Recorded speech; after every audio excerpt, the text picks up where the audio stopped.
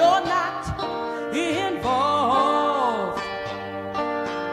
Don't try to convince yourself that these problems don't affect you at all.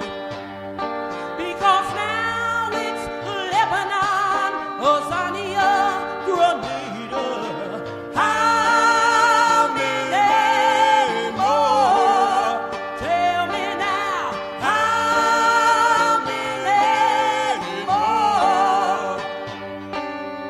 Don't you stand on the sidelines and watch your children go off to war.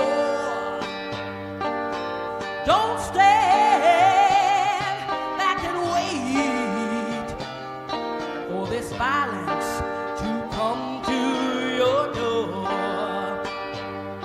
Because now it's Chile, Guatemala, El Salvador. How many more? Tell me now. How? Peace and love. Welcome to the platform of the Northeast Political Prisoner Coalition. This is U.S. Political Prisoners and You. Thank you first and foremost to Black Power Media for allowing us to have a home here. You know, this relationship is growing. I only hope that it continues to grow stronger. You know, today I'm talking about, it's a day of reflection for me on this particular episode because I recently received a letter from Ronald Reed. He is a political prisoner. He is the brother who is on the background. And Ronald Reed wrote me, told me that he was doing good. He told me he was delighted that I wrote him back. You know, he said that while he's in prison, he is, you know, making sure that those around him heads are lifted. It was a short letter, but I understood what he meant, and I was just happy that he wrote me back.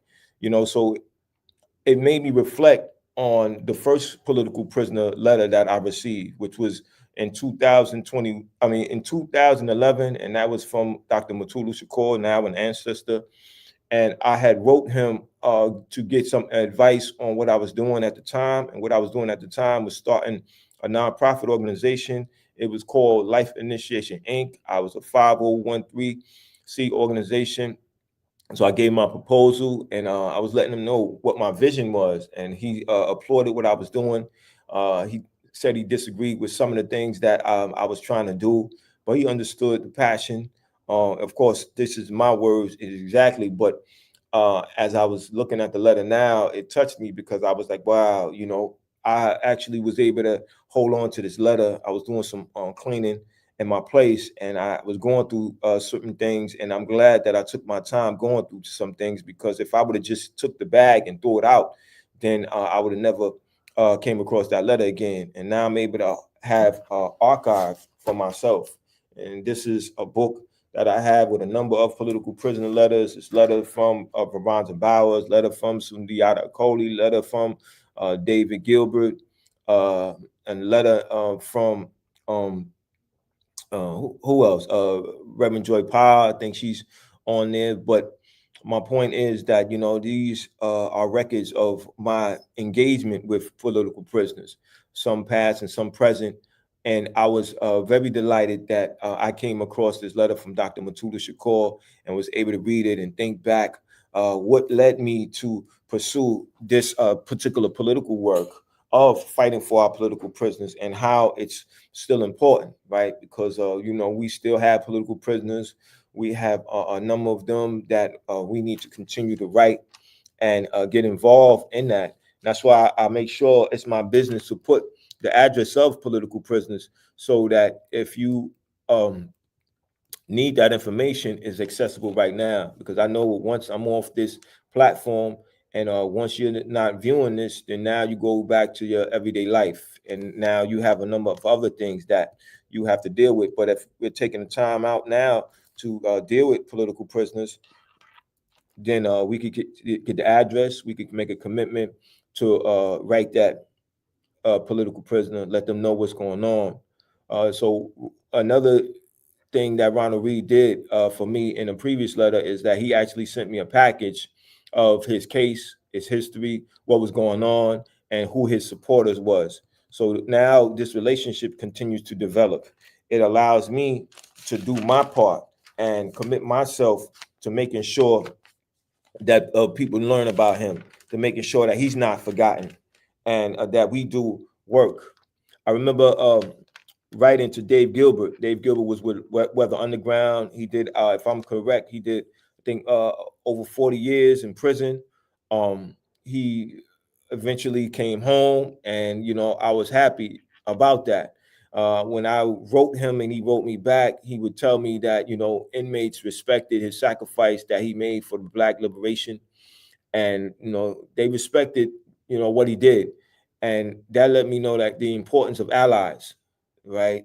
Because this man, or this comrade rather, could have chose any path in life, but yet he had an interest in what was going on in the country that he lived in, or lives in, and he made a decision that he was going to be conscious about what was happening, the oppression, and he was going to choose a side, right? Because there's one or two positions to take, right? You either are part of the solution, part of the problem. You either are informed or conscious, right? And some people might say, what's the difference between being informed and being conscious, right?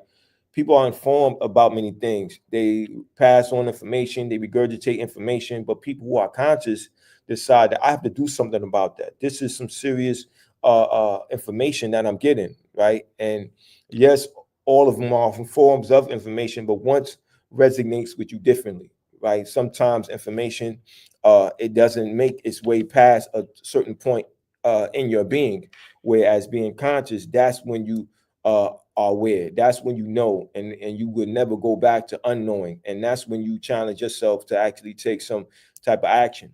So Dave Gilbert was conscious of what was happening to people of African descent, what was happening to working class people, and he chose to take a position politically. And one of his letters that he wrote me, he actually talked about the dangers of liberalism. And that meant a lot to me because I said, wow, this comrade, this brother is incarcerated, and he's aware of what's happening. He's still developing his ideas, and he's still taking a definitive position as it relates to what's happening to common people. And the fact that, you can't be on the sidelines, you can't be relaxed, you can't be liberal. You have to decide that you are going to be about the business of people's liberation, that you're not going to take this lightly, that you're going to commit yourself to some organized action. And that was admirable, because he could have easily took a different position. He could have easily removed himself from certain ideas as to make things a bit more comfortable in terms of when it's time for him to be looked at regarding his parole. He could have been extra nervous, extra scared, and or extremely scared, extremely nervous, and deciding that he's going to remove himself from some political action or political ideas.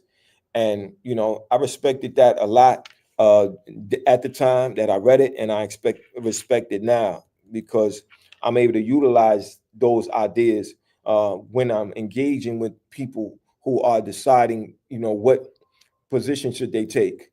I know I was on the train and I seen somebody reading Karl Marx, and I told the man, good read. And we exchanged, from there, we exchanged a dialogue on Karl Marx. I showed him the book that I'm currently reading for this political education. It's We Are Own Liberators by former political prisoner and continuous, lifelong freedom fighter Jalil Abdul Mudakin. And I was telling him about the importance of, making the distinction between being informed and being conscious, right? And he said, that was very interesting to him, because he had not heard that being put like that. And my point was that as he read Karl Marx, I wanted to encourage him to be a part of some organized action, to take those ideas and utilize it at um, at the hands or for the benefit of common people. Because what is it for us to know something and not use it to advance the working class people? But back to Matuda Shakur for a second. I just want to revisit this letter, because this letter was very important to me. I know at the end he signed stiff resistance, and from what I was told at one point, that prevented him from being paroled. So I know that they will monitor him heavily, and I think that we have to be mindful when we write to political prisoners and when they write us back, how the state is monitoring their letters. They're monitoring our letters as well. I know that with Veronda Bowers, I was told that I had to cover up the words political prisoner, which I did. And, I understand what needs to be done. And so, I don't make no complaints about doing that, or at the time when I had to do it, because I know it wasn't about me. It was about him. It was about him coming home to his loved ones, to his family. He did over 50 years. Enough time had been spent away from that. So while I was reading that letter from Mutulu Shakur, and I looked at it, and I looked at how he signed it with stiff resistance, I said, wow, the brother was still committed. He still was passionate about what needed to take place regarding the current condition of people of African descent. So that really held a deep spot to me, because it allowed me to understand that doing this particular type of work, you have to be consistent. You have to be committed. There's going to be consequences. There's going to be backlash from friends, family, associates, and enemies. And you got to be aware of that. There's some people that don't understand the commitment to freeing our political prisoners, and wonder, okay, if you're getting less than a certain amount of views, then why are you doing it? First and foremost is because of the need to fight for our political prisoner. As Mutulu Shakur said regarding Sundiata, we have to show gratitude. We have to be thankful for those who made these sacrifices. Picture me making a sacrifice and doing all this time and being forgotten. You're asking yourself, was it all worth it? I mean, if you are not advanced in your ideas or committed to your deeds and actions and your politics, then those questions are going to be raised, and then the people around you, depending on their level of understanding about what's happening, they're either going to hurt you or help you regarding your development. So you have to be mindful of that. I know that Mutulu Shakur, when he did come home, he only had but so much time to live, and he made it his best. I happened to be on a call at one time, and it brought me to tears, because he said, they tried to kill me, and I thought about, there was a slim chance that we was ever going to see him outside of prison. So for him to finally come home from prison, be granted a compassionate release, that indeed is a people's victory. You hear some people say that that's not a people's victory. It actually is, because the state is very brutal with their ideas, very vicious with their ideas, very non-compromising with their ideas. But we taxpayers, we the people, we the working class, we have power. And when we are organized, we express that power at its highest level. So that's why it's very important for us to be committed to advocating for the freedom of our political prisoners. We have to understand what's taking place. We have to do what is necessary to make sure that the word gets out regarding the freedom of our political prisoner. Just a minute, just a minute. I just want to show something that needs to be done regarding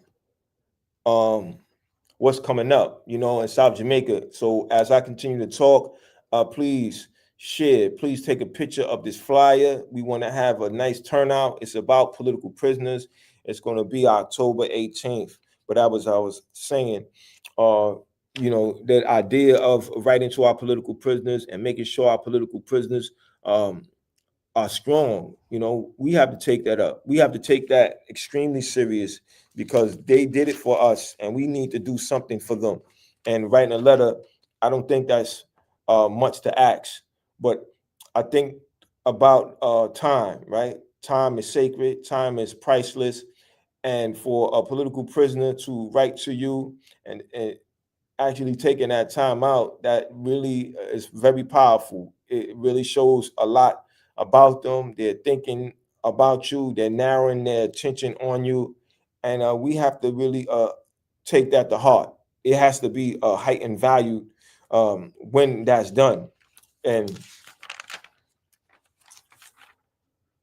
So as I spoke about earlier about Jalil Abdul Muta King, he was another political prisoner that I wrote, and we wrote back. And I had my son. I gave my son an assignment to write to him, and that really meant a lot to me, knowing that he wrote to my son. And I remember seeing Jalil Abdul Muta King when he came home, and I went to approach him, and he said, "You don't have to do that. I know what you and Brother Hawk are doing. You're doing some great work." That meant a lot to me. I know as I wrote him, I was amazed because he was aware of TikTok, and he told me about what I was doing with the podcast, that I need to use also TikTok, and that blew my mind, because I think about it. Thinking about it now, he was paying attention to what was happening in the world. And I didn't even know about TikTok, and I'm not even in his position. So that let me know, like, okay, he's alert, he's aware. He asked me about what led to me being involved in the work, and I explained who I was, what my position was. Me and him, we shared a mutual comrade, which is not just Sekou Odinga, but it's also now ancestor, but one of the founders of the December 12th movement, brother, beloved comrade, beloved Field Marshal, Coltrane Shimarenga. And Coltrane Shimarenga had a high respect for Jalil Abdul Muta King.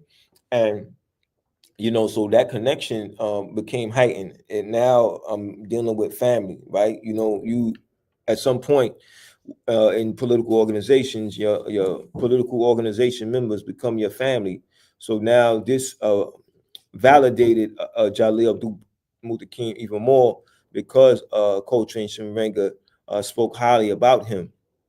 And so those letters would go back and forth, and I would be very inspired by his words.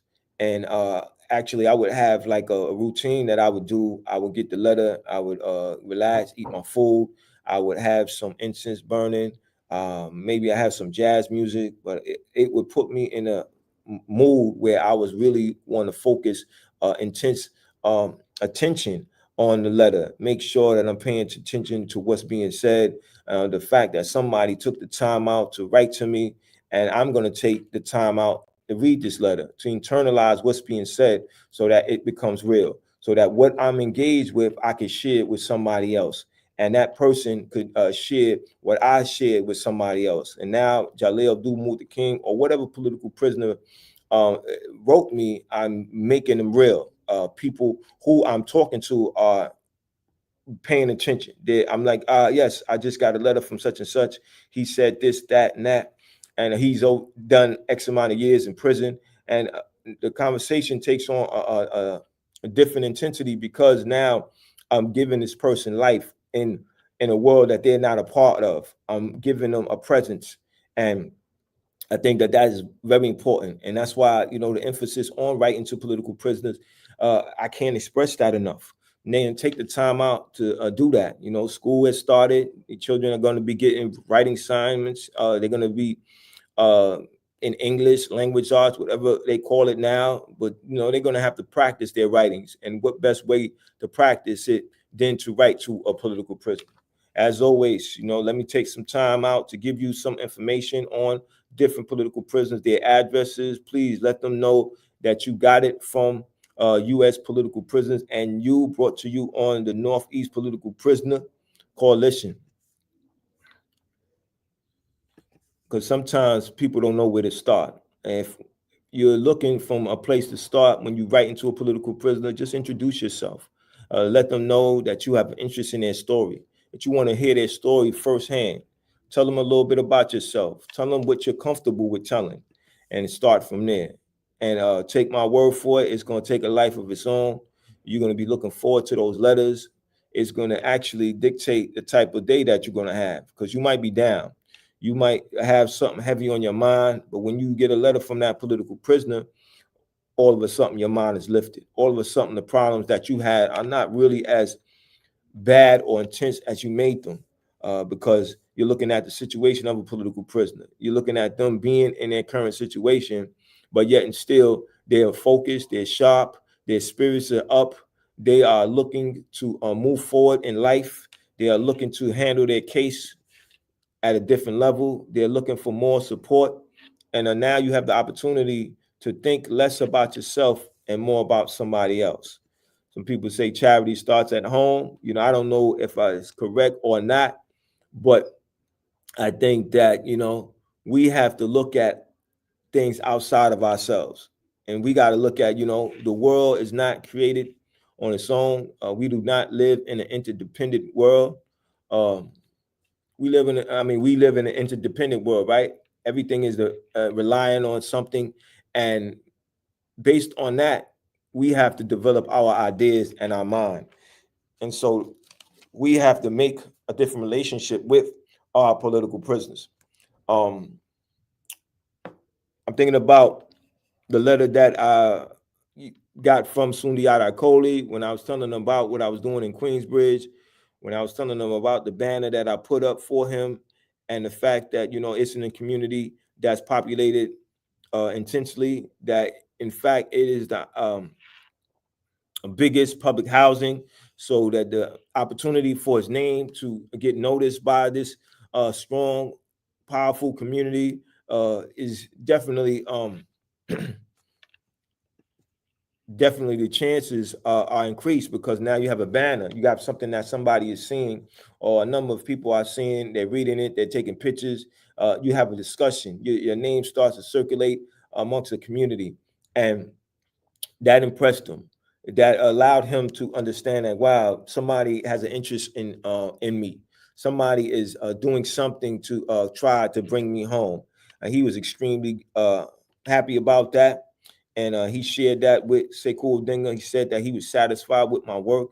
That pleased me to hear that. I was inspired to do more, right? Because you do a certain deed, a certain action, and you say, okay, that worked for today. Does it work for tomorrow? Does it work for the day after? Uh, I know I need to do more. So I would challenge myself.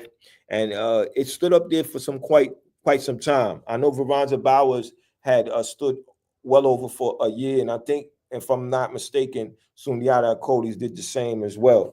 I made the attempt to do the same thing with Joy Powell. Unfortunately, it stood up for a short period of time, then it was removed, but still, I took a picture. A number of people looked at it, stopped, and heard her story. And I think that was very important. Whether a banner stays up for a week, a month, a year, or a year and a half, it still made its way in the community. It still served its purpose to the community. A community was aware of political prison, the concept of political prisoners. So even if they don't understand fully what it means, they would go online. As we say now in 2025, they will Google political prisoners. Now they will see a number of people come up. They'll hear their story. They'll get a definition about political prisoners. They'll make a decision on what it means to them. Are they affected? Are they comfortable with the fact that there are political prisoners in the United States? And if they're not comfortable, how far are they going to go with their discomfort? Right? Some people's are discomfortable, are uncomfortable about certain things, but they'll just remove themselves from that situation and get involved in an environment that makes them comfortable. That should not be a position when it comes to our political prisoners. We should be extremely uncomfortable when we are conscious of our political prisoners, when we understand that they are there because of us. We understand that it takes immense sacrifices to advance a people. And those people who are advanced in society, who have different opportunities, especially these electorates, we have to understand, how did that happen? Obviously, it had to be organized. It had to be resistance that was put up, and people decided that they were not going to accept this current condition, that they were actually going to do something about it, that they was going to commit themselves to certain action. I know that the letters that I would get from Joy Powell, I would share in the community of Queensbridge. We have a grievance support group that comes together every Wednesday. Every Thursday, excuse me, from the hours of 6 to 8.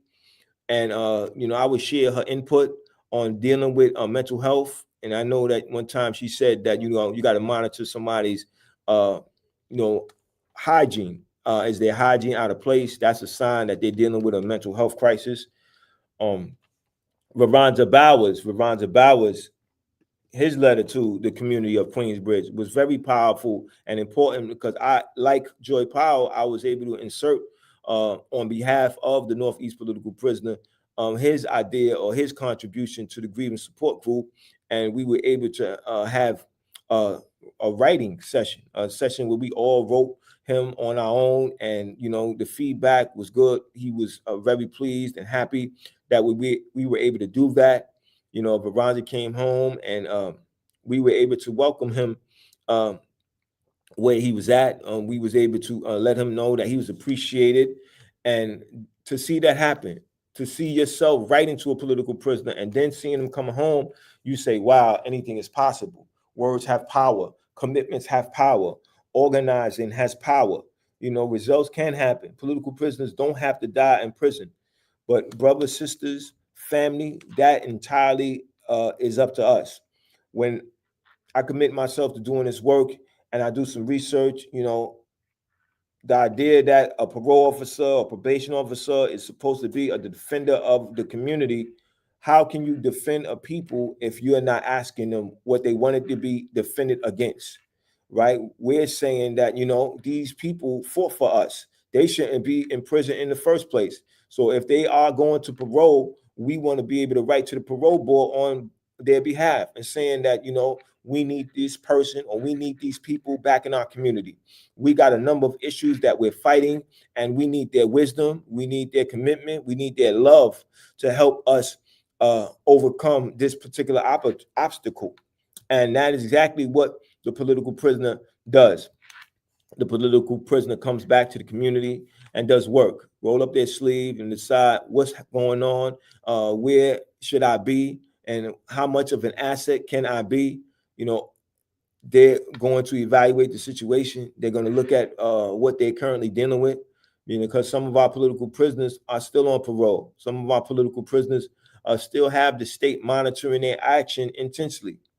And they have to be mindful of that. We have to be mindful of that. So our expectations shouldn't be without serious concern and just serious observation of what we need to avoid asking of them, because our political prisoners love us so much that they're not even thinking about their consequences. The love of the people is so great, it's so intense.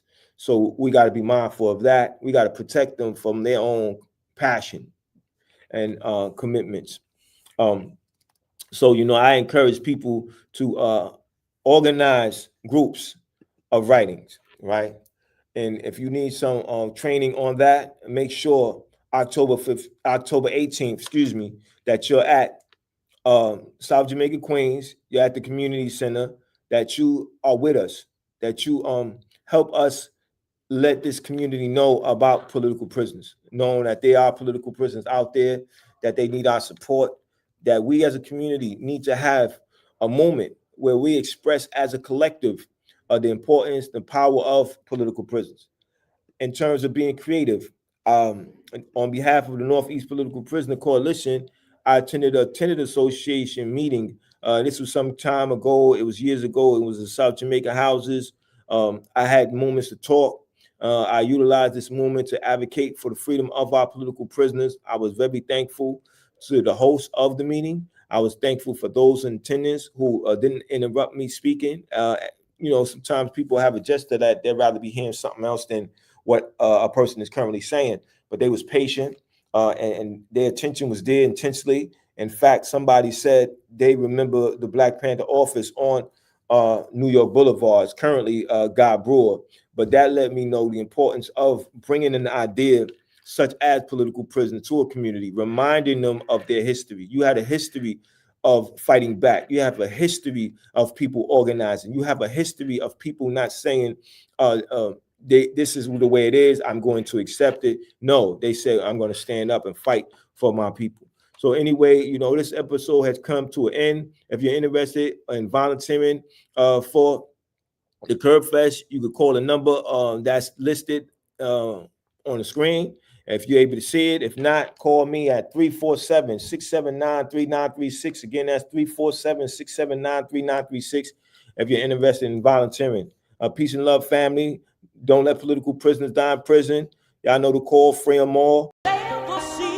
Indians live proud and free before the oppressor's slavery. Black people live proud and free. How many more? Tell me now. How many more? Don't you stand on the sidelines and say you're not involved. Don't try to convince yourself that these problems don't affect you at all. Because now it's Lebanon, Azania, Grenada. How many more? Tell me now. How many more? Don't you stand on the sidelines and watch your children